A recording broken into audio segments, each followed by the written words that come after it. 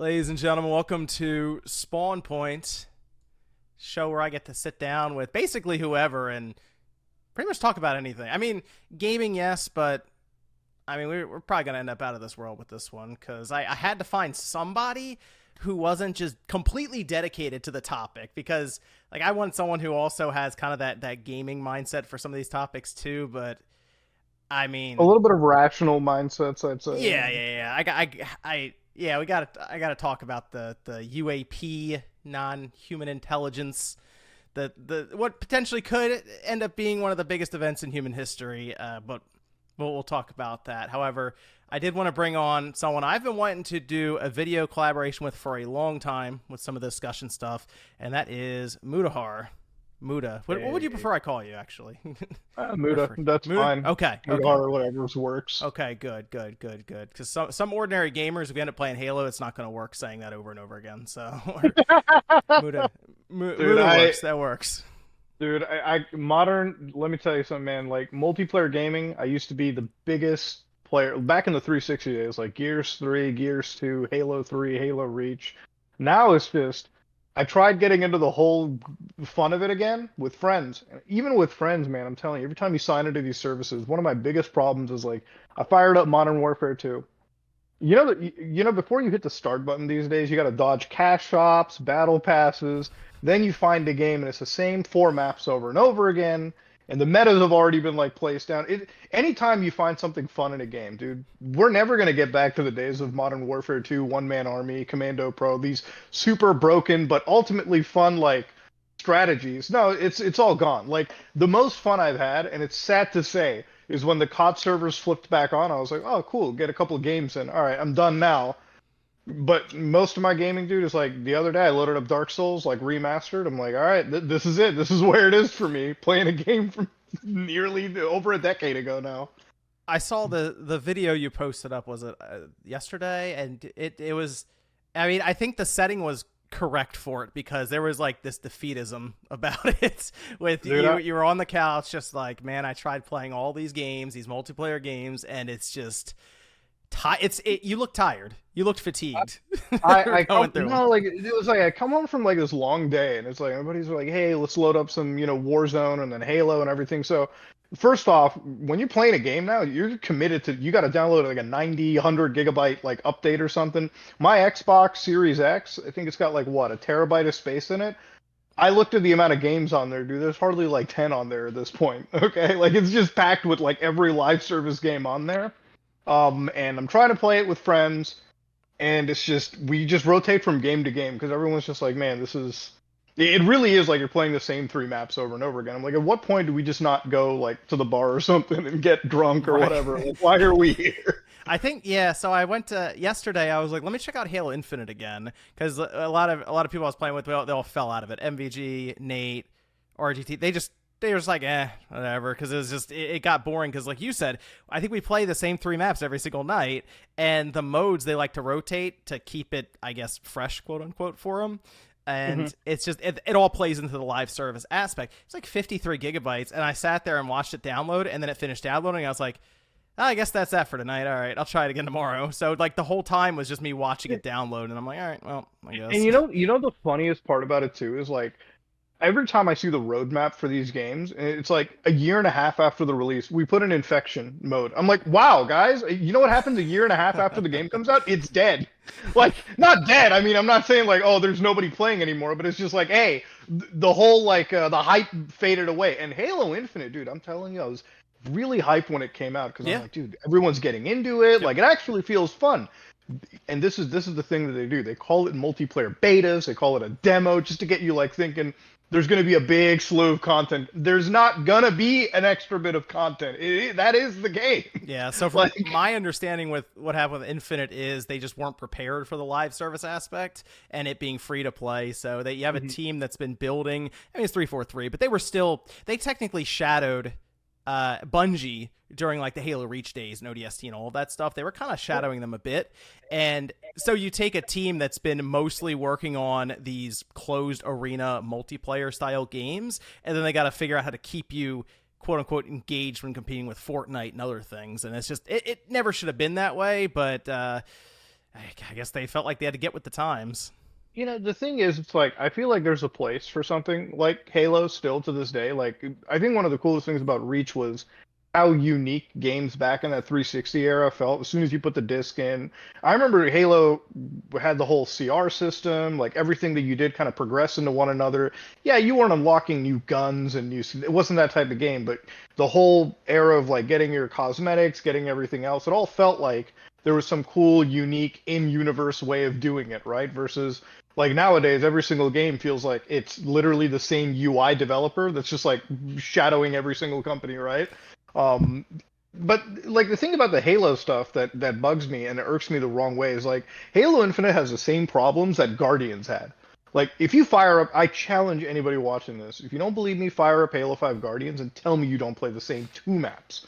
I'm not even saying four, two maps in that game over and over and over again. That's how bad. So it's like you had one game that was, I'm not going to say a failure. I don't think you can call it a commercial failure, but like it definitely was not popping off like the Halo 3 days. So you had one mess up there. Halo 4, honestly, I didn't even play that much, so I can't comment too much there.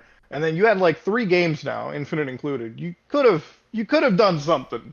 So I think at this point, it's like if I was Microsoft, if I was the big bad executive walking into the room, there would have to be like serious shakeups, right? Because this is like Microsoft, this is like Nintendo messing up Super Mario. Like you can mess up a Zelda game. Hell, you could mess up a Kirby game. You can't mess up a Mario game. Like, ain't no way you can do that. Yeah, Master Chief should be incredibly important to Microsoft. That should be like, we got to protect this IP at all costs. And instead, they made Infinite and then a TV series that no one wants to claim. Dude, and the thing about like Xbox's brand, it's funny because now when I think of Xbox, I think of the most like important Xbox IP. Genuinely, the only thing I care about is like a Forza game. Like if it is like if I watch an Xbox showcase, I'm not there to watch any Halo. Gears, I hope we get a Gears game. I mean, I'm hoping. Whenever the coalition wants to, reveal one, feel free. But it's always Forza. I'm like, I guess we'll see the true power of the Xbox and like, hey, I like a racing game from time to time. But that's pretty much all it comes down to. And it's crazy how like it's crazy how when Forza came out for the 360, I remember they gave it like as part of the console, like, hey, this is your launch day. It's bundled in with it. That's pretty much where I started. It almost felt like some B team. They wanted to make like a Gran Turismo clone, and now it's like, hey, we have our own. Now we're actually better than Gran Turismo, in some respects. So please come on over. Yeah, I remember when it came out. There was a bundle with Forza. I don't know if they had something else, but I do remember Forza and Marvel Ultimate Alliance. I remember that one. It was like the fucking 15 gig Xbox. Yeah, I remember on the original Xbox when Forza came out. It was pretty impressive then. They even had the ability to make decals out of pixels almost, so you would layer stuff on top of each other, and people were doing all kinds of crazy stuff with that. Well, I mean, you could probably picture half of it, but like they also did like cartoon characters and stuff, that more appropriate things. But even like visually, like I remember when like the One reveal came, like Xbox One and everything. I think the most impressive game in that time, knack excluded, was either Killzone Shadowfall on the PS5 or PS4 side, and then like Forza 5 blew me away because I'm like, man, they've got like this is like an actual like change compared to like it felt really nice. Same with like Dead Rising. Like we went from like that era, even the worst release, like the Xbox VCR, and it's kind of a shame how like when they released the most the most powerful console of all time, they just didn't release it with a Halo or a Gears or anything, right? It was just, hey, this is the console pushed out to market, and hell, the most impressive thing, I don't even remember what the Xbox Series X launch stuff even was. We had Yakuza Like a Dragon. I remember that was a big one they were trying to push. But a lot of it was games that you already have just look better. Exactly. Better. Yeah. Well, you said Yakuza, right? And it's like, okay, even when Yakuza came out, I had it for PS4, and all I missed was the 60 frames on my PS5, which I have the upgrade now. I'm not bothering to go back and do it 200 hours again if the save files aren't carrying over. But yeah, that's kind of the place where we're at. And then the thing that pissed me off today, I saw it on like on X.com. There was like this Extra Life commentary on like Armored Core. Oh man, I saw it. Yeah. The game doesn't look as good anymore. I'm like, dude, why are we chasing the best graphics imaginable anymore? Like, I think video games look plenty great. I played Final Fantasy 16. a couple weeks ago, and I was like, man, if video game graphics just plateau here, I'm okay. I think most people are okay. Like Elden Ring came out, I'm like, I'm kind of fine with that. I don't really care about the crazy super duper. Like half the time, these extra like half the time chasing the graphics means they give up on like the fun part of a game. Yeah. Like shouldn't it be a fun game first, then visually you look good?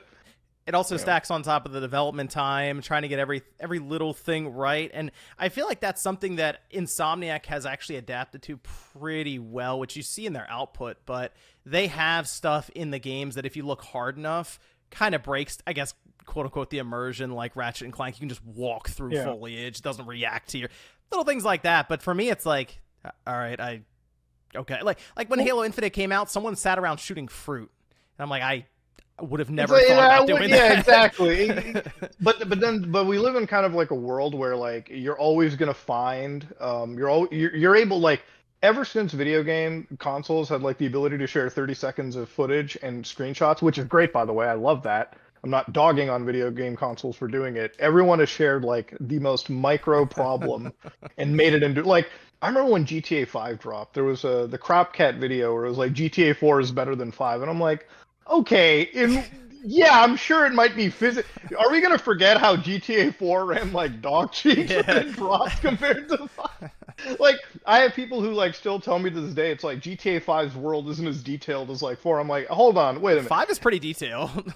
Look, I love to crap on Rockstar games. Trust me, any day, dude. If every day Rockstar messes up, I'm like, all right, time to Yeah. time to have some fun. It's like Christmas came early in my household. But I'm gonna give them credit where credit's due. GTA 5, there are open world games that still don't match 5. That Right. still don't match Los Santos.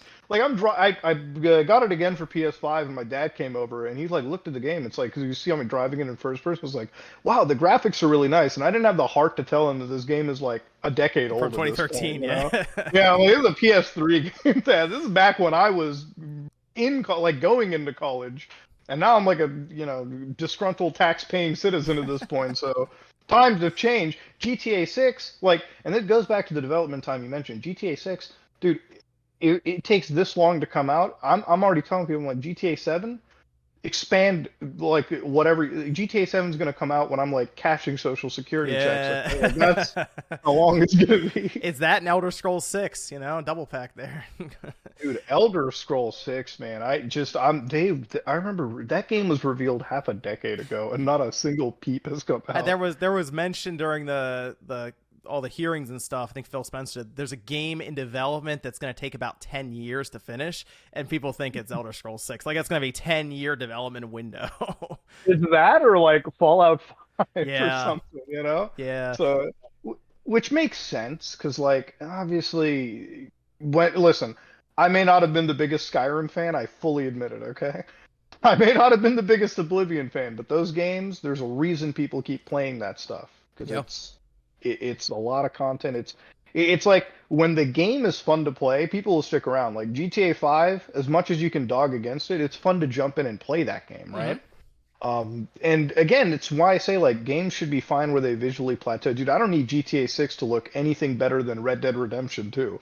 Like if it even looks as good as RDR2, I'm happy. Like, at this point, just focus on the fun gameplay and the world. Like the GTA 6 leaks that came out, I was the happiest when I looked into it. When they were in the diner robbing the place and like grabbing guns and everything, I'm like, oh my god, the AI seems crazy. And then It's the like cops reactive to outside, everything, yeah. yeah, like the cops outside are parking their cars, pointing their pistols through like the windows. I'm like, this is crazy. It's like they just like they got a hostage situation, a robbery. Like this is. Like compared to 5, where like Los Santos police are like Delta Force operators, like shooting you from across the house. Like this is crazy good. I like it. This is what I want. Did you see some of the reaction though online? People were like, "This doesn't look visually. This doesn't look very good. I don't understand." dude, nothing pisses me off as like a programmer when that is like a thing. Like as somebody that like wrote code and like worked on like not I was never like a game developer, but I understand like when you're writing code, it's like, dude, so much like when you see the word alpha written in, Okay, here, even better. When you see all of the debug shit, It because was all popping up over their heads and stuff. yeah, yeah, like I'm reading. It's like there was one guy I was talking to. It's like, did you see all the errors that they were seeing? This game's gonna be so unoptimized. I'm like, dumbass, it's an alpha. The person designing it knows that this function doesn't work. I don't know what you. And then even in alpha, I was like, hey, the graphics look good. I thought the graphics looked For great being an in the alpha, I was like, whoa, it actually looks pretty Yeah. good. Yeah, I was like, oh my God, they actually got like Vice City built together, like kind of. It's not like normally in an alpha, I'm kind of expecting them to run away from the cops, and then the camera pans to like a skybox that's not even Right. filled in. I'm like, wait, this actually is like kind of there. I mean, it's and then they were like, and then there was like this discourse like, do you see the graphic cards they're using, like 3090s, and they're still getting like 4 frames. I'm like, dude, you have no idea what the engine's doing. Like this is like there needs to be a massive like super disclaimer on a lot of these videos. Like, guys, untested code, okay? Things can break within a Right. second. Yeah. Like, That was a strange situation in the first place because it like got stolen or something happened there where somebody got into the servers, pulled stuff, and just dumped it online. So, all right, there was. well, the kid even got away with it. The kid that leaked it. Oh yeah. Yeah. So apparently, so I think the kid he had like autism or something. Like, and it must have been really severe autism to the point because their lawyer went to the judge, and they basically got like a claim of, I guess, being mentally unwell for trial. So it's a totally different case for them. Now that's criminal charges. Obviously, Rockstar and Take-Two, much like Nintendo, even if you're a kid with leukemia, they will They still will sue come you after into you. the They will ground. find you. Exactly. They don't care. Like you emulated a game, you're out of it, all right? Like Yeah. anything. It's pretty much So Nintendo and Take-Two. Those are the two I always tell people don't even try them. Don't even like poke them a little bit. Oof. Nintendo videos, I've criticized Nintendo so much on stuff to the point where in my entire channel, like I've always put a mental blacklist of never showing footage from like a Nintendo game because I don't even Oh want to give yeah. these guys any credit. Like emulator stuff, dude. Every time I cover videos on emulators, I get a DM. It's like, why can't you show Breath of the Wild running on it? I'm like, I could.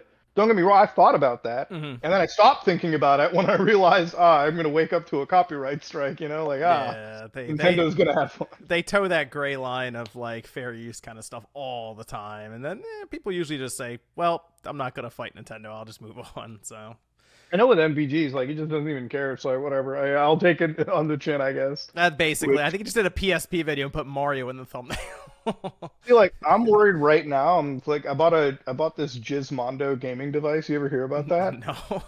Okay, so the Gizmondo, funniest story in the world. Okay, it was designed by a person with alleged mafia ties. That's all I'm gonna say. Okay, Oh. most famous, by the way, the most famous crowning achievement is destroying their ultra rare Ferrari Enzo at like some 100-mile-an-hour speed. Absolute nut job.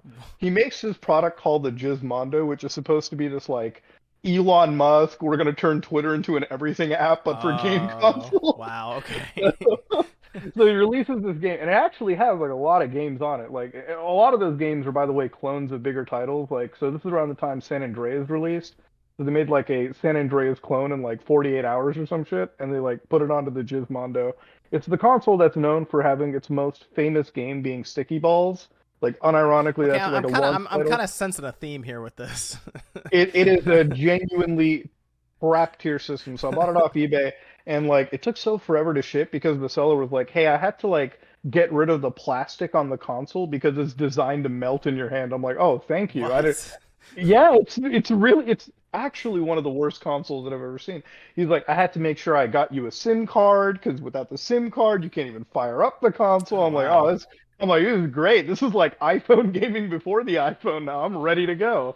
So it's that was one of the things that I'm super excited for. It's actually one of the reasons why I watch like you guys, like especially like your kind of content more, because when you like open up consoles and look into things, I'm like, now I can see something without violating my own console's Oh, warranty right. and all that shit. Yeah, yeah. If you get like a picture of the board or something, yeah, that's some weird Well, systems out there. there's a lot you can learn from like opening up a system and just looking at how it's designed. There's a lot of times you can see where they steal from the other vendor, you know? Oh yeah. Oh, absolutely. You can. Let's you know what? Let's jump into the UAP stuff. We're danced around it for a while, and I wanted to bring you on specifically because I see you. It's funny, you'll pop up with like a gaming video, And then like the next day you'll pop up with a UFO video, and then like gaming, then back to the and like I know it's because recently this has really been pushed into the news. My UFO stuff. So this is where my excitement comes in. So Mm-hmm. before, like, I did a lot of deep web stuff for like years. Still occasionally do from time to time. And over there is where like I first loved conspiracy theories about aliens. Mm-hmm. My favorite alien conspiracy theory was the Dulce underground Air Force bases. So Mm-hmm. you ever heard about that? Yep, I've seen that. So on the deep web there was like so many like photos and like PDF files uploaded of like alleged photos, right? Like literally it was hilarious. Like aliens, it's like out of MIB, like aliens walking around with human beings, like alien like houses underneath. It's just insanity. So this UAP stuff, I've been following like UFO stuff ever since, and I'm like, it sounds cringy to say it, but I am a believer of aliens, right? Like I'm not going to sit Mm-hmm. here and say, oh, I don't believe that there's not intelligent life outside there. My big problem is all the footage so far has been like Bigfoot related, like Right. where it's like every like we live in a day of DSLR camera grade like cameras in our smartphones. Why is it that every single photo people take is just so bad? Like Yep. it literally is. Yep. It's like it was filmed on a Nokia. Like you don't get to see any alien clear. And for the longest time, people who believed in UFOs, UAPs, like they were demonized, right? Like Mm-hmm. if you were Yep. if you were a commercial airline like pilot, if you were like a military like pilot or something, and you told them, "Hey, I think I see a UFO," they think you're crazy. Like you could get demoted, you could get blacklisted. You know, there's a million things that go on. Now, all this footage that comes out, we have to be super careful, right? Like, so in the UAP hearings that just happened, and there was a couple takeaways from it. First off, the government confirmed that they had like bodies of extraterrestrial life. Now, Yes, yes. Well, I have non-human biologics written down. I so did a lot of research on this before this just to see what the terminology was. The things, which by the way, I'll give you a quick rundown. For the last, I mean, I think I really started looking into this stuff when I was 8 or 9. I think, believe it or not, like I think it was well, I'm 35 now, so it'd been 26 or 27 years ago, and it was in my old house, and I moved when I was 10. But my family, a lot of sci-fi stuff, Star Trek, Star Wars, X-Files. So you're around that a lot. I think my uncle, it's funny, I thought of him as that conspiracy theorist from like the 80s, then into the 90s. So he had all the books, all the things that had the sketches of the autopsies. yeah. And so I'm a kid looking at this. I'm like, this is absolutely terrifying. And I look back on it now and think about it, and it came off as horror fiction is exactly what it came off of, because they had images that were sketched of aliens and like their fingertips, like all this crazy stuff, and I'm this kid like, oh my gosh, I hope they don't come for me or something, you know. And my uncle's playing into it like, don't sleep with one eye open, and you know, all this stuff. But well, then you read about like all these crazy Project Blue books, and you hear about these like people getting like abducted for like years or something, like in their head. And it really is like a place where a lot of this like crazy like fire campfire like scary stories come out from. Yep. And then you get into this weird scenario where like you look into like CIA declassified documents, and that's what I was looking for like 2-3 years before this. And there was one that blew my mind away because it was so outlandish. Literally the ability to like telepathically communicate. That was a declassified CIA document, and I'm like, this is like the extent of like what our like alien and like extraterrestrial research is. I'm like, it literally is like straight out of sci-fi. Like not even Mass Effect is looking this hard into like sci-fi technology. The CIA's got like insane I shit. actually want to come back to that, because I had some interesting questions that I wanted to see what you thought of as well, and that kind of builds up to the influence of sci-fi on the potential 70 or 80 year project. And so for me, I was in and out of this stuff since, oh gosh, it might have been 95, in and out of this stuff, looking at it here and there, you know, as a kid growing up and all this. And I'd fall out of it because no one wanted to talk about it. You bring up the kind of the stigma around it. It was literally thought of as, hey, you're a crazy person to talk about this. And it's like, yeah, okay, fine. And I fall out of it. Then the advent of social media, internet, early forums, GeoCities start popping up, which means stories start getting told and passed around. You mentioned like the deep web and all of this, and kind of cycles in from there. Then 2017, we get the actual like Pentagon say, hey, here's declassified video of something. We don't know what it is. And The Tic Tac video? Yeah. then things started to pick up, and it's like, oh. And then no one. But the weird thing is, when they said that, no one really cared. And these hearings happened, and no one really cared again. So I'm like, this is an interesting reaction that I was not expecting, because they have, who are the three people? David Grush, Ryan Graves, David Fravor, right? Yeah, the retired commander that was like, well, the big discussion is the Tic Tac UFO video. But yeah, it's like usually those three, and they were there. And the thing about this whole discussion point is, I think the reason why people fall out of it is because every time these hearings happen, like the hearing that just happened, people were expecting, oh, they were going to see like actual footage or like an actual dead alien like laying on a table, being like experimented on or something. And I'm excited. Like, look, I hope that the U.S. government has some actual dead alien lying around. In reality, there's been so much animal testing back during the space age. They might have a body of like a monkey or like some plant that crashed in from outer space, you know?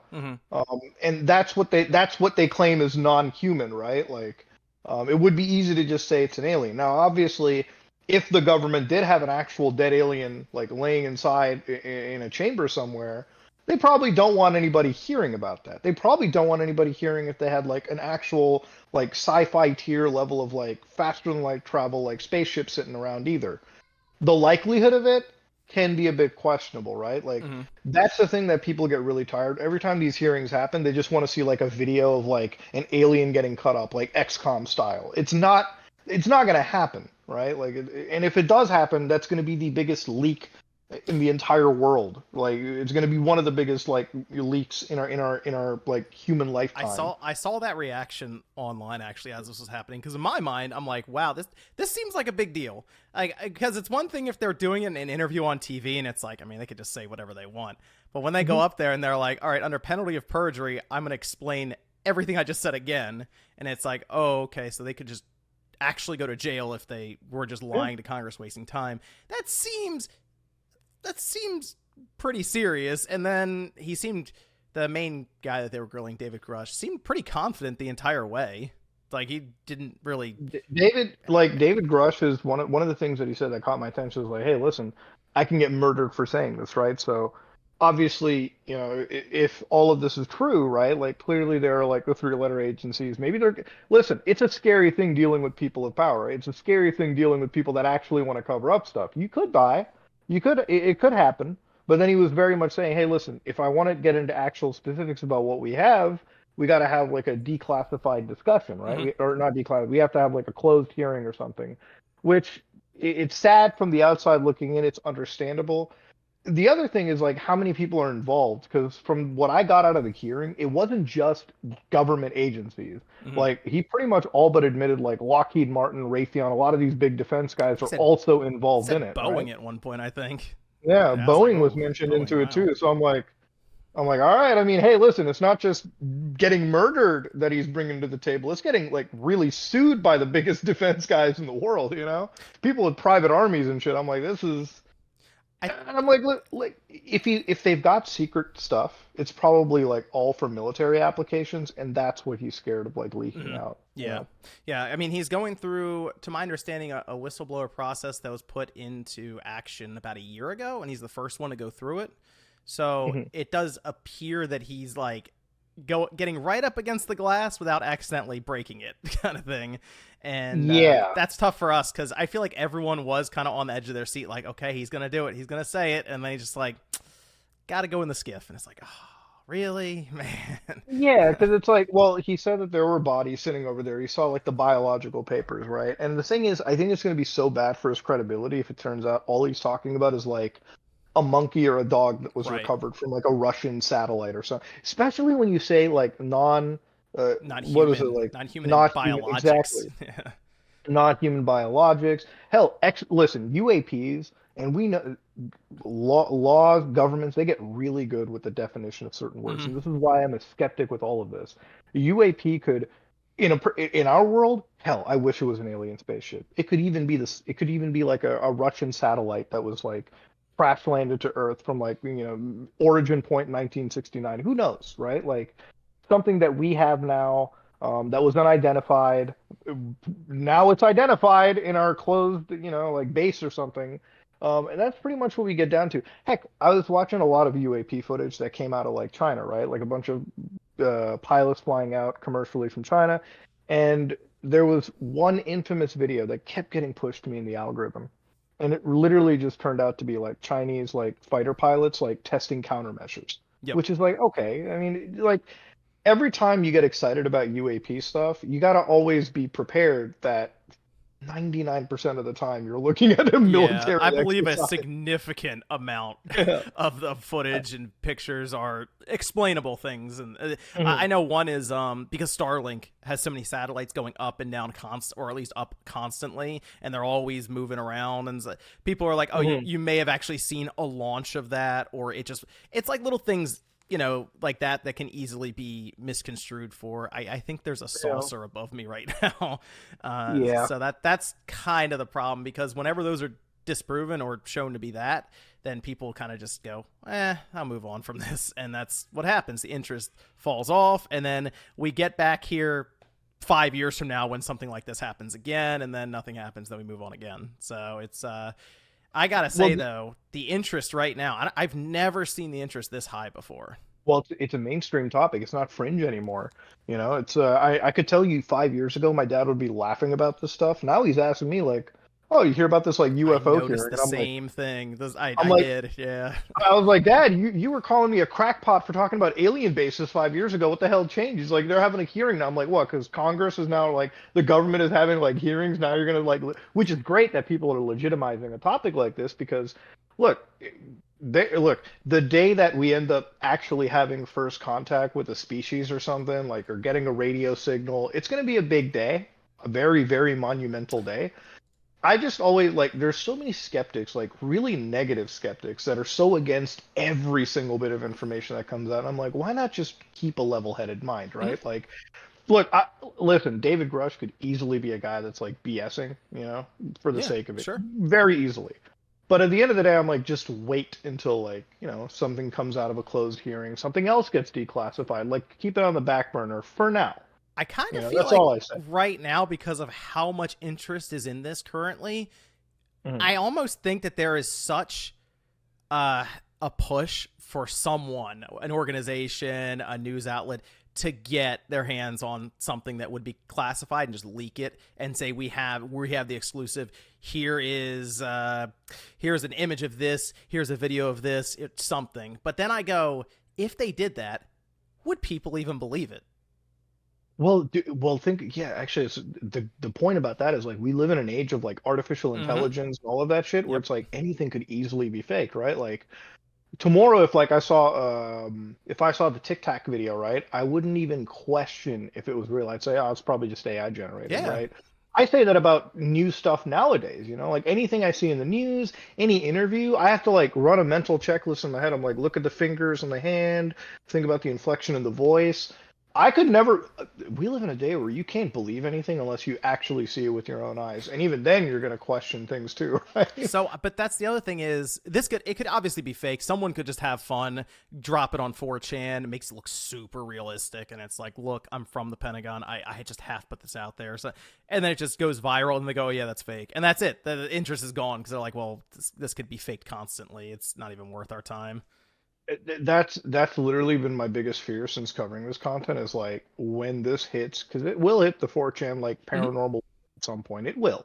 Somebody will create something, it'll get sent out, and then the way that the world is now, it'll be turned into like this hyper politicized topic where like if you believe the 4chaners, you're going to be on one axis of the spectrum, and then there's the other, and then it like the entire argument, the entire discussion around UAPs as a scientific phenomenon is gone, right? Like Mm-hmm. we're talking about this as like there could be extraterrestrial life that's been on our planet. There could be.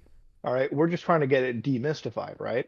And I am a firm believer that we do actually have spacecraft. The way that I think about it, right? Like it the US government is the only government in the world with the best aircraft ever, okay? Like people misunderstand just how advanced US military aircraft really is. It wasn't until when like we went up against bin Laden, right, that Mm-hmm. we told the world, bro, we have like stealth aircraft, we have like stealth helicopter, we have like stealth Blackhawks. Right. Like that was a state secret up until like we actually had to like use that piece of technology. We're the one country where if we wanted to like launch a surveillance campaign against the Russians, we sent a suborbital jet into the air and like fucking guided people on the ground. So I'm a firm believer that we're the ones that have like some of the best aerial tech. Area 51 has been like the biggest conspiracy hub ever. And I don't think it's because they've got alien bodies there. That's just like a joke and a meme. I think it's literally because they actually do. They might even have like actual legit extraterrestrial craft that crashed there, and that's the technology they built off of. Because in my mind, I'm like, that's got to be where. That's why we have such an advantage, in my opinion, right? Like, there's got to be some special sauce that gives us the extra ability over like people from around the world. Sometimes I will admit, we have. If you really think about it, in the last, I don't know, 30. I mean, in our lifetime. We've advanced it's been such a rapid pace. People can even joke. You could just look at video game graphics if you want, as like the advancement has been crazy. People will do the comparisons, but even if you think of like cell phones, the internet, everything technology-wise has just been an exponential growth. And now we have another breakthrough that's happening in real time right now that might even advance us exponentially once again, because we kind of plateaued a bit. This could do that entire like massive jump up again with everything that's happening with superconductors and all of this. So LK99, and then you've got like artificial intelligence. It was funny, like back in the day, like what was science fiction in like video games, right? I remember Mass Effect too, right? Like, when you come across Edie and you're talking to Edie in Mass Effect, right? And it's like, oh, this is an AI that you're conversing with. We have Edie now. Like, that's actually, like, Edie's been a thing for over a year. We've got ChatGPT. We've got a million things that after years of refinement, it's going to be talking to us like a human being.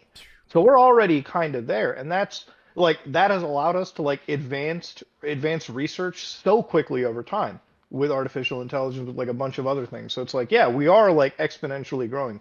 No joke, dude. Back in the early 2000s and like Web 1.0 days, could me and you honestly believe that we'd be sitting right now with like smartphones that were like magnitudes of times smarter than like the computer we used to send fucking rockets to the moon? Like, come on now. And that's what I mean, though. It's amazing the technological leap we've made in our lifetime.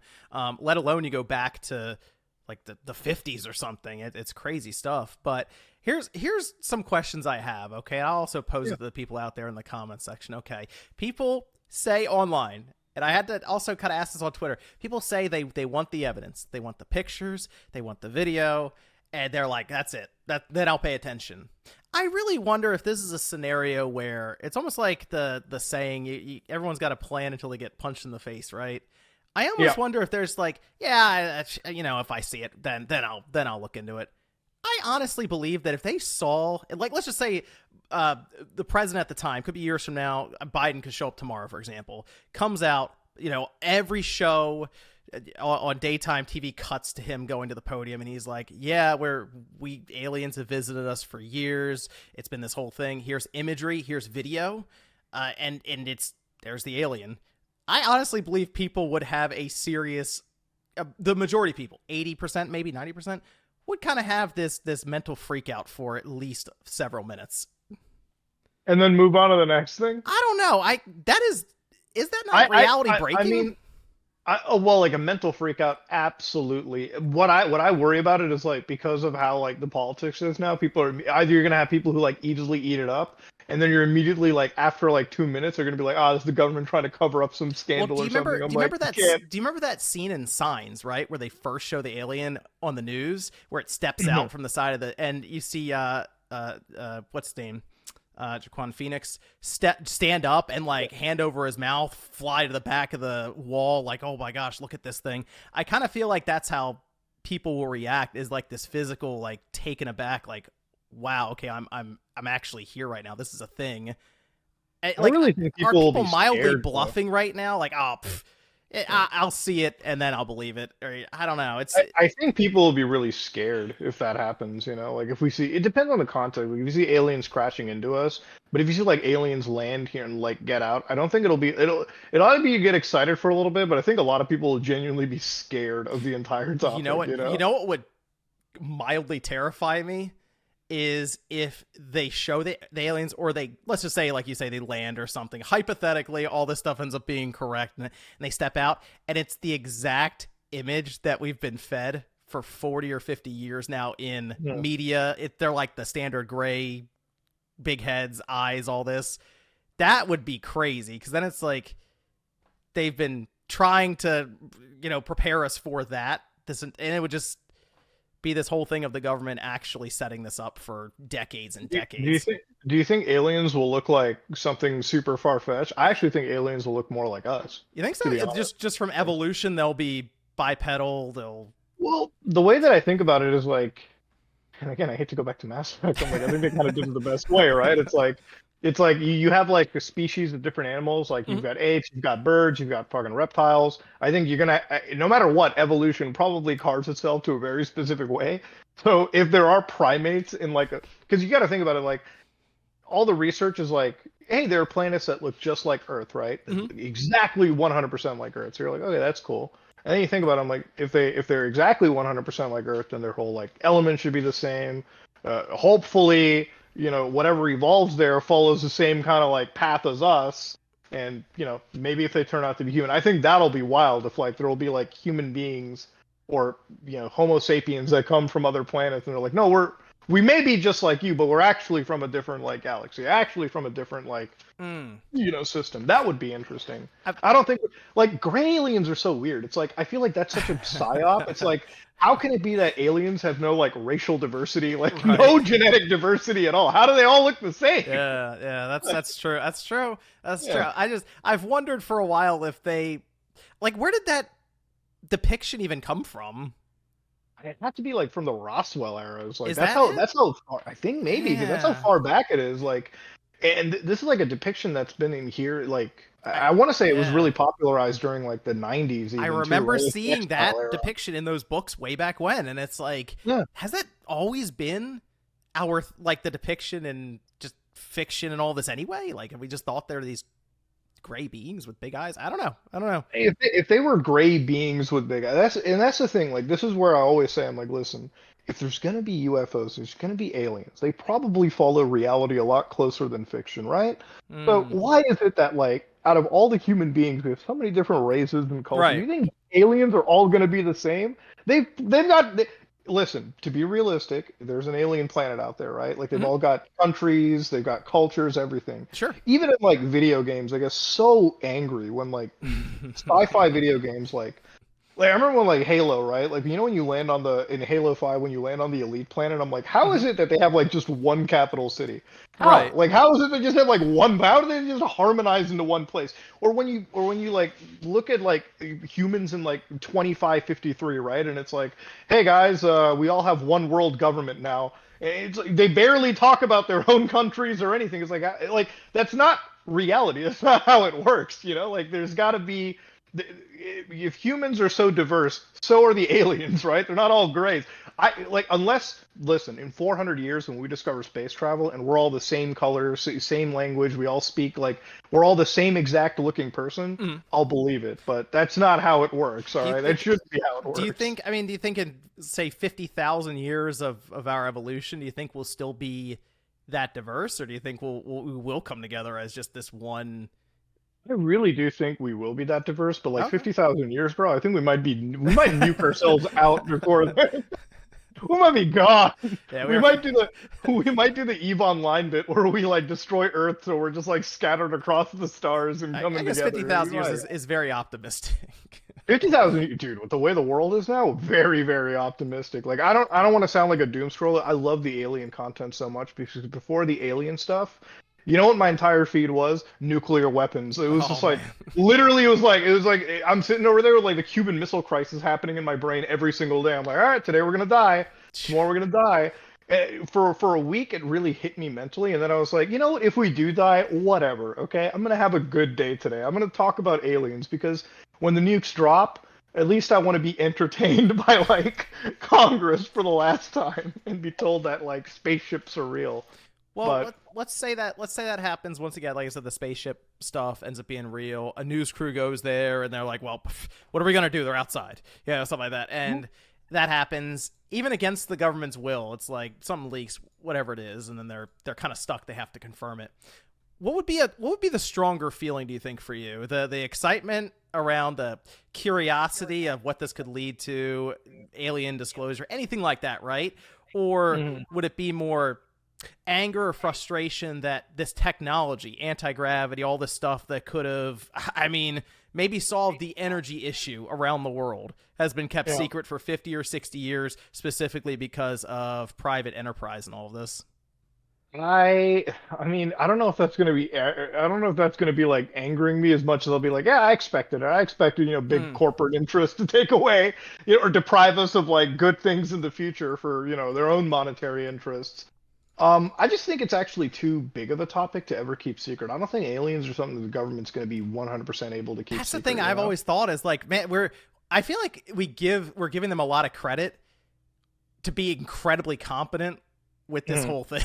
It's like, wow, they've really done that good of a job for this long. I mean, I guess they kind of have and kind of haven't, because obviously it's been talked about for so long and people have been desperately trying to get the word out and documents are out there and all this, but sometimes I think with how much it's talked, I'm like, how much is it like, the government is leaking it out? How much is it? Right.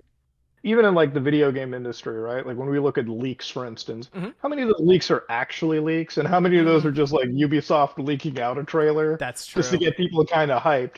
So I kind of mirror like what happens in that like entertainment industry sometimes to like how the government would kind of do it, right? I'm like, the government, if anything, is just a mix of like millions of people, right, who are working for like so many different branches, so many different bureaucracies. When you add that many people into like a system, there's going to be points where information constantly gets leaked out. There's going to be so much information that gets leaked out, vetting it becomes the problem, right? So that's kind of one of the things that comes to my head. The other thing with alien stuff too, and this is where the big conspiracy point hits. Every single time you look at a point of data, right, or like an actual like event, it's always in either California, Nevada, or something in that belt.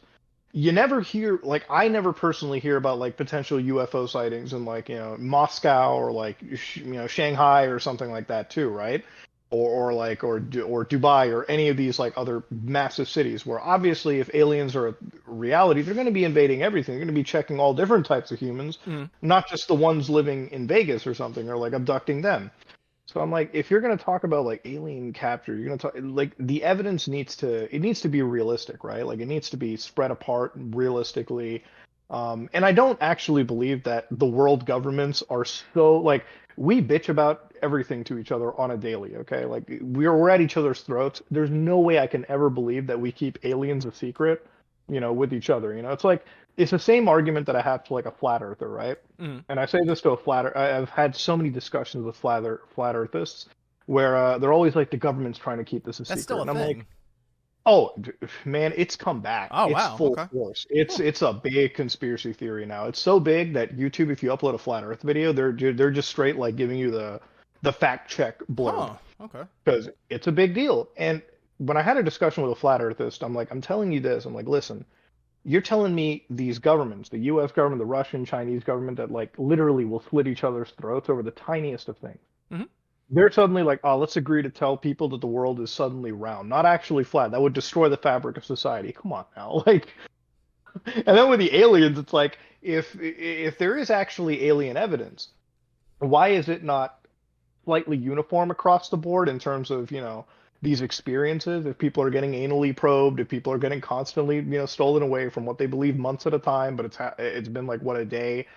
It needs to be a little slightly uniform and slightly more spread apart, right? That's what I say. So when I'm looking into all these disclosures and I'm getting excited about this, I'm getting excited about it from like a place of, I guess, scientific reality, right? Like I'm like, hey, you got to be a little bit realistic. I want there to be aliens. I want there to be spaceships, but don't feed so hard into like the misinformation pipeline, you know? It gets mixed up very, very easily. It really does. Yeah. So it's I don't know. It would be an interesting world to live in if all of that ended up being somewhat, I'll say somewhat true, because like you've said, there's like 95% of stuff online that's probably disinformation just thrown out there. Yeah, and I wonder, like, but then it's like, who's spreading the disinformation? Why? Like, I am a fervent believer that like there is obviously like there is stuff that the government keeps like an absolute like state secret, and anytime I see UFO information come out, most of the time I'm always like, this is definitely like the government or something. Like this is being leaked out by like an insider to like throw people off or something. I feel like there are also some people who just like having fun messing around, whether it's a random anonymous Reddit post or 4chan or Twitter, well, X now. Yeah. I think that happens too. People are just like, I got some time today. Well, let's mess with the people over on Reddit. So. I like, listen, if aliens were 100% real, you know who I believe would absolutely leak that to us? Like, hands down. The first guy.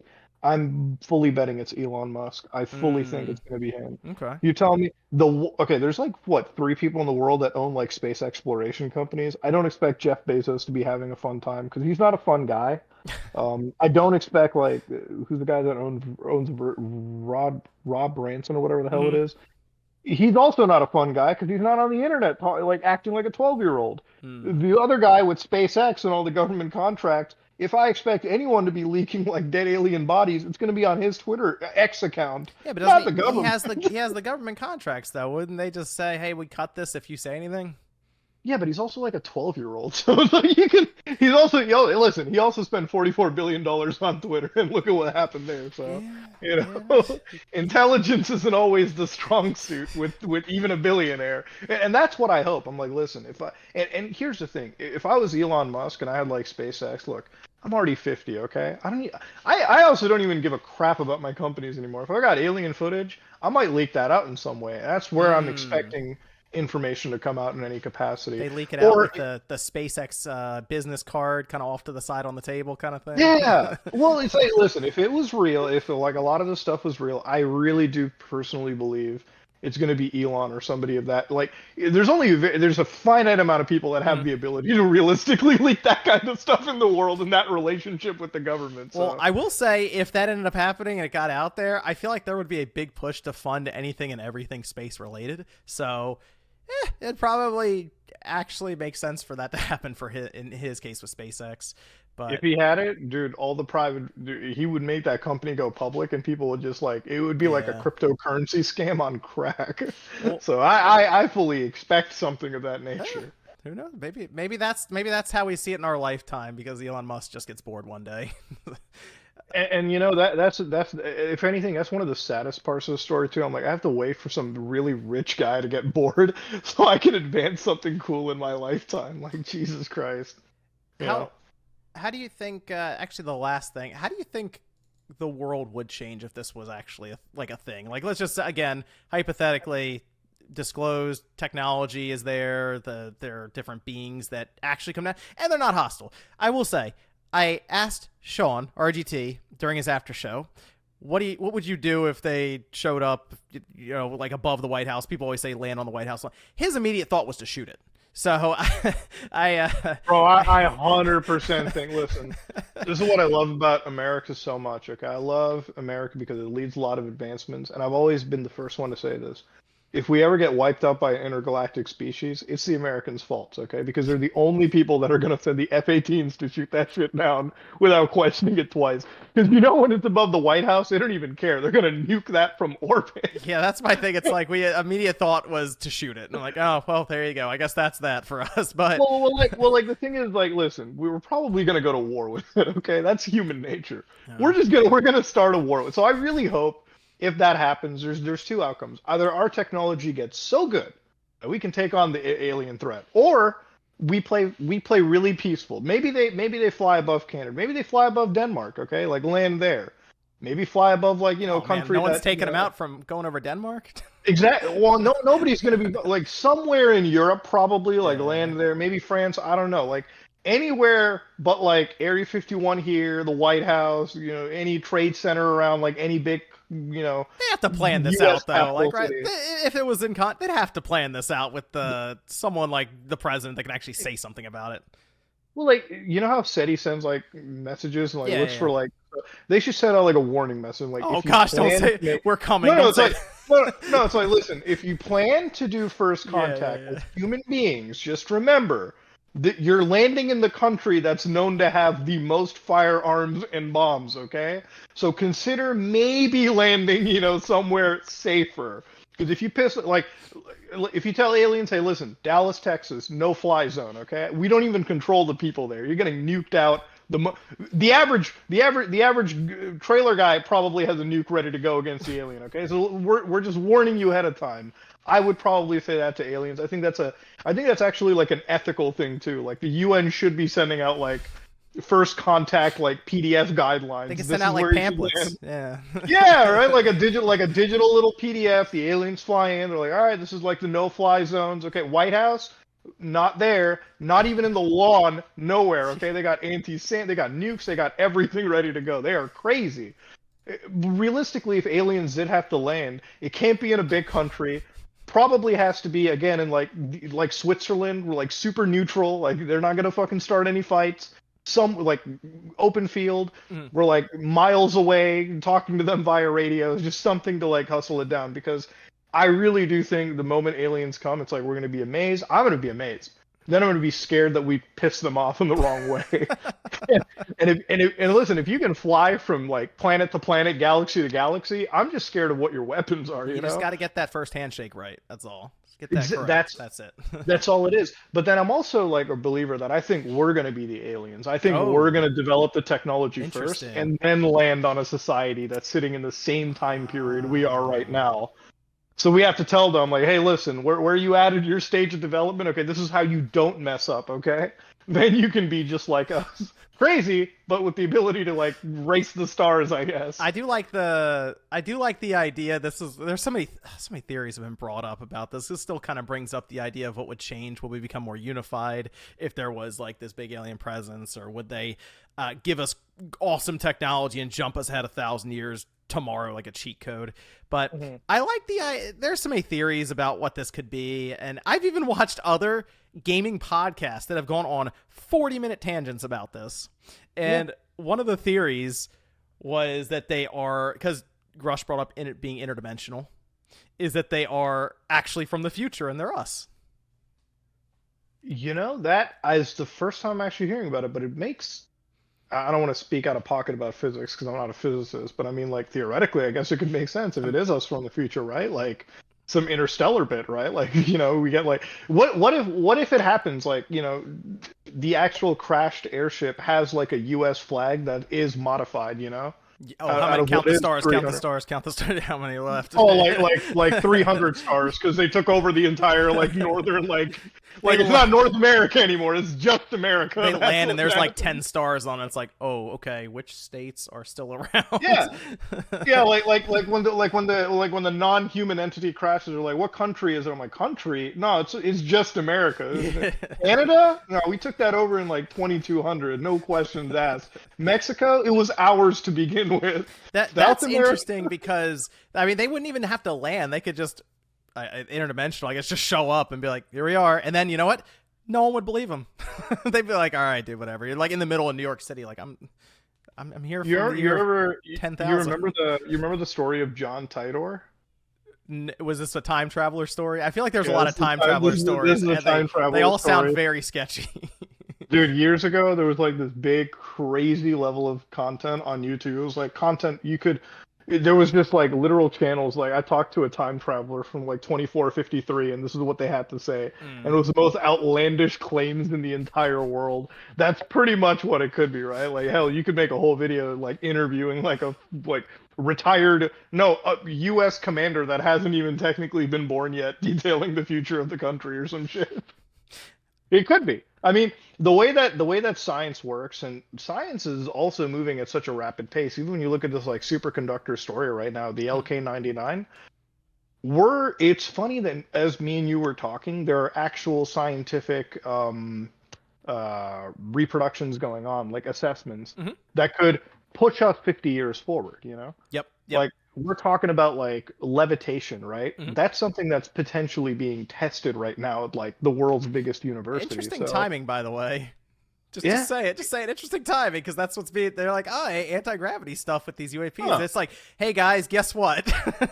Hey, look what we discovered, guys. Okay, just a week after we were talking declassifying UFO stuff. Yeah. And again, it's like, hey, when I'm telling you we have advanced stuff, I'm like, maybe this is how we do have. Maybe this is how we have super advanced technology, because we just had a crash, super state secret, and now we're just figuring out how it works as our technology advances. Because if you kind of think about it, like if there was a crash in Roswell with like a UFO, people back in the 40s and 50s wouldn't have, or 60s wouldn't have any idea how that kind of stuff worked. Right. Yeah. Like it wouldn't even be up until like today's day and age with the computers and the systems that we have now that we could even begin to understand really insane stuff like that, right?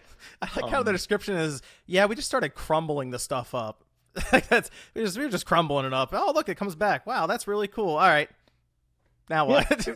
I mean, that's the thing with a lot of this like UAP, UFO disclosure stuff. It's just I try to look at it pretty objectively, realistically, but I'm also like really positive about it too. Like I'm not gonna sit here and be like a jaded skeptic to the point where I'm like everything is fake and everything is false.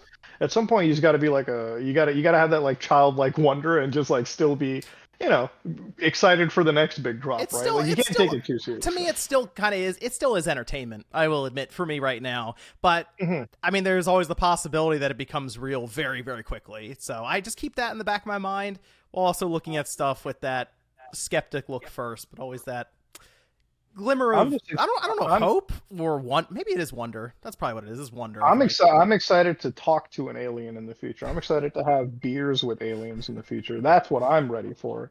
See, my thing with aliens is always like I always try to have like my expectations low, and I try to make sure that I have like the most down to earth like activities ready for them. Like people want to ask aliens about like the meaning of life, dude. I just want to have like some drinks. I want to show them our greatest cultural advancement, Mario Kart 7. Mario Kart 7. And call it a day. I'm like, you guys discovered space travel? Don't worry, we discovered the Switch, all right? And they're going to say, it's so good, why isn't there a Switch 2? I'm like, oh, buddy, just make sure you check Twitter trends every week. There's a Switch 2 that's coming out whenever. It's coming. Yeah.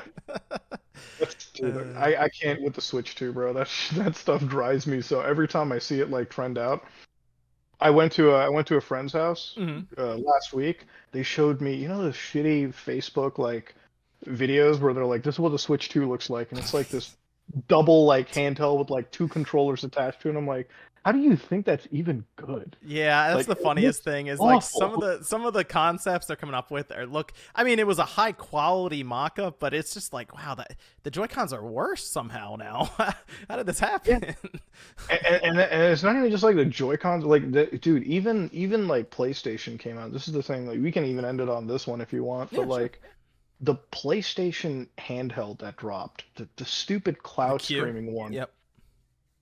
Why are they so ready to dump millions of dollars onto recreating the Wii U gamepad? I have no idea. But it's not even that. The thing is, it's going to go through the router at home and stuff, which, I mean, let's face it, who knows what that environment looks like for most people.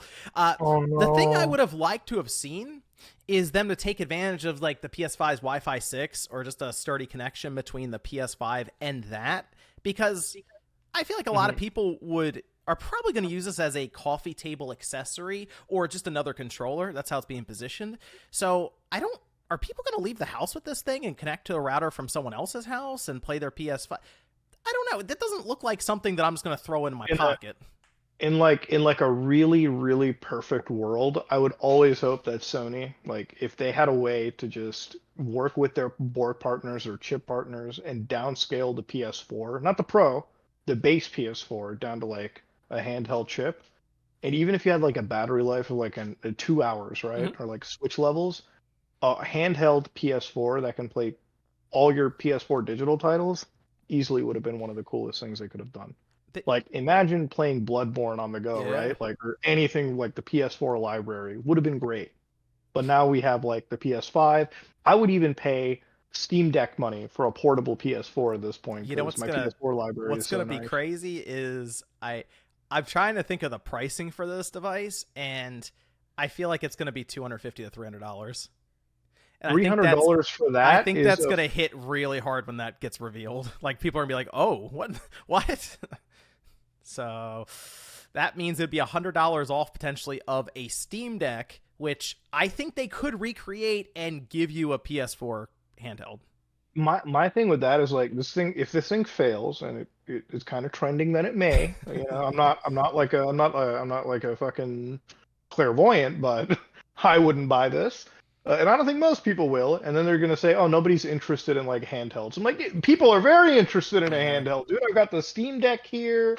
I had the Ionia there. I have like a Vita sitting over here. I had like the Rogue Ally that was sent over here, which, for the most part, I actually really do enjoy that device.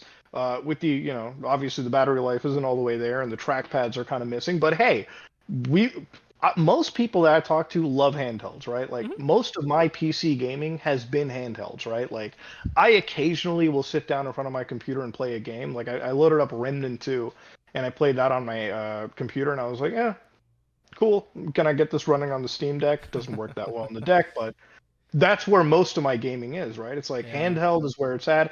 And believe it or not, my Steam Deck right now, it's like my actual home console. Like I have the dock or whatever, and I just like plug the deck in there and I play it like a PlayStation. That's where most of my like Batman Arkham Knight has been. Oh, like yeah. I have like a amazing gaming computer right now. Could not be fucked to sit down in front of my computer and like play a game, like a 40-hour like story experience. I don't care. Like handheld in my bed or on the couch, and then like docked up to a TV, exactly how it should be. Yeah, that's it. Final Fantasy 16 was a good experience on the TV, but I would not have minded doing that on a handheld. To be honest, that'd have been all right. If it was on PC and it was on like, if I could just put that onto the deck, I would play it. I would play through Spider-Man again on the handheld. Like I was like, it was Spider-Man 2 drops.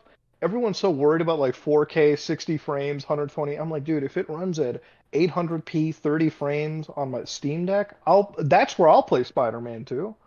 Like I don't care about like the best graphics at this point. The comfort's where it's at on a screen that small. Low settings looks great. Like resolution, like I don't even look at. I haven't played a game in native resolution in a year if I think about it. With all this new upsampling technology, don't even bother. Like it's almost difficult for me to tell. You know when Star Wars dropped and they had that really shitty PC performance. You know how I ended up playing through that game? I went to Patreon, downloaded some dude's DLSS 3 mod, and it just like doubled the frame rate for me. Oh wow, okay. And I'm sure people will say you're using fake frames. I'm like, it felt real to me, okay? Like that fake frame felt real to me, so I'm gonna enjoy my experience. Yeah, I had to play that on the Xbox. I had to cap it in quality mode, which hurt because I like having that performance mode. That thing was all over the place, but I went all the way through it on quality mode. The game itself, really good. Man, it's technically a mess. Oh gosh, that's the worst part. That game, and you know the thing is, it's like it could have easily been a game of the year, but because they messed it up in that release date, that's all people remember. Yeah. And I hate the discussion that like some of the gaming audience has, where it's like a year after release, it's like, hey, the game is good now. I'm like, yeah, but it should have been a completed product the day of its release. You know, back in the day, if a game released terribly, yeah, it sucked. Back then, games released nice, and then a year later, you would get an extra expansion pack, and then you would restart the discussion. Like Cyberpunk 2077, dude, that new Phantom Liberty is about to drop on September, and like everyone's like, I'm really excited. I'm like, what are you that excited for? The fact that you're about to get like GTA 5 levels of like gaming features into a game now? Like I had a buddy who was like, you know, they're gonna put police chases into Cyberpunk, and I'm like, they talked about that when it first came out. I'm just like, dude, all I want is like the game to be completed. Yeah, that's the thing with Jedi Survivor is like the structure of the game from beginning to end, very good. I mean, it feels like a very complete experience. It just showed up in one of the worst possible states imaginable, and it's like I made like the Twitter videos the night of its release. I downloaded it, got into it. Man, the shock on my face when I fired up on a 4090 and like the game runs at like 40 frames a second. I had people in my comment section going, "You had a aged processor." I'm like, "Oh, I'm sorry. My Ryzen 9 5950X, a year or two old. Yeah, it's just out of the market. Totally aged beyond comparison." You're right. Clearly, my system is at fault here. I had one guy's like, "Did you have enough RAM?" I'm like, "No, last I checked, I had a pretty humble 128 gigs of RAM sitting in my drive. So game of RAM. It's fine. Maybe enough, like I'm sure I'm rendering a whole galaxy far, far away, but I was under the assumption it could work underneath this. 4090 was the greatest. It's like maybe your GPU's not strong enough. I'm like, if that 4090 isn't strong enough, there ain't going to be anything in the market that's beating it. That's the strongest GPU is thing the that size you can buy. of the PlayStation 5. So like that's top of the When I unboxed the 4090, I looked at it. I'm like, man, I did not expect it to be this big. I've been watching my tech channels that long. I guess it's been a while because when I unboxed it, I remember I thought the 3090. I'm like, this is huge. When you're fitting in a retention bracket with the GPU, you know you're too big. Wow. Yeah, you're too big. With the 4090, it's not even like, oh, you absolutely need to make sure the retention bracket is in the 4090 because when I put this thing in, it was a bit like that poor PCI connector was like, please just kill me now. Please end me. Yeah, I'm like the PCI connector is bending, like the little standoffs on top of the motherboard are like, listen, we need some extra support going on here. Like one of my buddies, he didn't know how to install the GPU retention bracket, so he went and bought a Funko Pop and just stuck it underneath the graphic, pulled it up. I'm like, I don't know if that's good, but hey, if it works for you, it works for you. Yeah, it's so funny as your PC gaming is now. I was actually working on a video where I'm building a Windows XP machine from 2006, I think is when I was targeting. The retro gaming PC build? Yeah, and it's very close to the one I had back then because I had a PC from 2002 and I just kept adding on to it. So I went back and I was like, okay, yeah, it was like the NVIDIA 7000 series back then. We had 4 gigabytes of DDR2 was incredible, and then we had the Athlon X2, and so I'm building this thing out. And I'm like, man, it's so different compared to now. Oh, it's ridiculous. I feel like your performance is gonna be it's able to run Crysis at 30 frames, and that's kind of where the retro PC I got a hard drive. I got a Maxter hard drive coming in from 2006. that I'm gonna load everything onto. I'm going for the experience. The hardest thing has been finding a case from that time period that's not $80 to ship. That's been because they were tanks back then. I was gonna do the same thing you're talking about for a Windows 98 system, but I got so annoying finding systems that I just ended up virtualizing a retro gaming PC, putting it into a box, and making it so headless that when you fired it up. I did the boomer check where I got my dad to come press the power. He's like, oh, Windows 98 loading screen. I'm like, how does it feel? Feels good? Okay, yeah, it's not really a Windows 98 computer. It's the closest I can get with you can get away with for that because that was the time period where we didn't even really have video cards, right? You could probably buy an old compact Presario, and at that time they were running 133 megahertz and stuff, and that was killer back then. You could actually run all the games on that, just buy it straight up. Back in the day, it was funny because graphic cards used to be just video accelerators. Yep. And they just used to promote certain specific feature sets. Nowadays, people who build PCs now, I'm like, man, building a computer now is literally way easier compared to that XP era, the 98 era, right? Where it's back then people had to even sound cards, for instance, right? Or shit, you needed a sound blaster, shit. Do I get voodoo effects or do I get something else? People who complain about RTX and all this stuff now, I'm like, you get one piece of proprietary technology and you think gaming is PC gaming is tough. Go back into the early days where you had 3DFX, NVIDIA, ATI, all these companies coming together with their own brands of video acceleration. And you tell me nowadays, when I'm sitting over there, I'm talking about ray tracing. I'm like, don't feel like you're sitting in a bad time.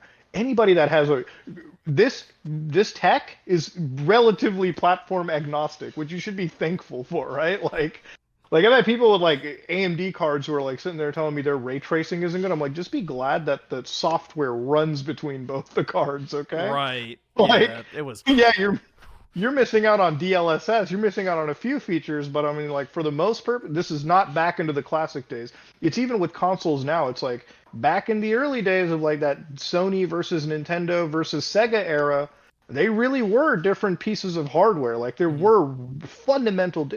Dude, that Xbox, PS2, GameCube era.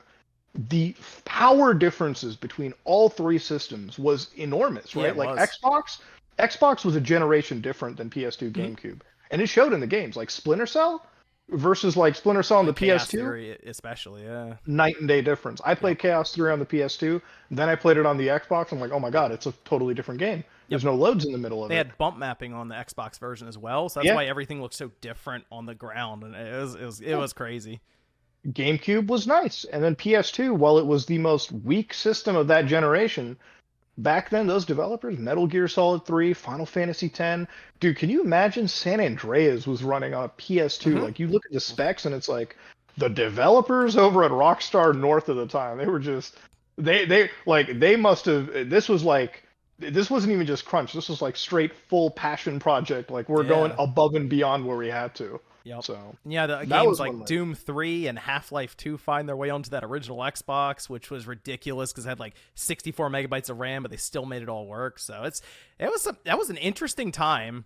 Definitely. Now they're just PCs and little console boxes. And you know, it's like recently, like I'm working on a video for Shenmue 2 now. Like that's one of my like little small passion projects because I made a video on like Shenmue, why it is actually one of the worst games that I've ever played, because I'm like, hey, it looks cool. Like I told her, I'm like, this is one of Sega's most expensive projects. It's actually one of the most like detailed open worlds, even compared to like GTA 3 at the time.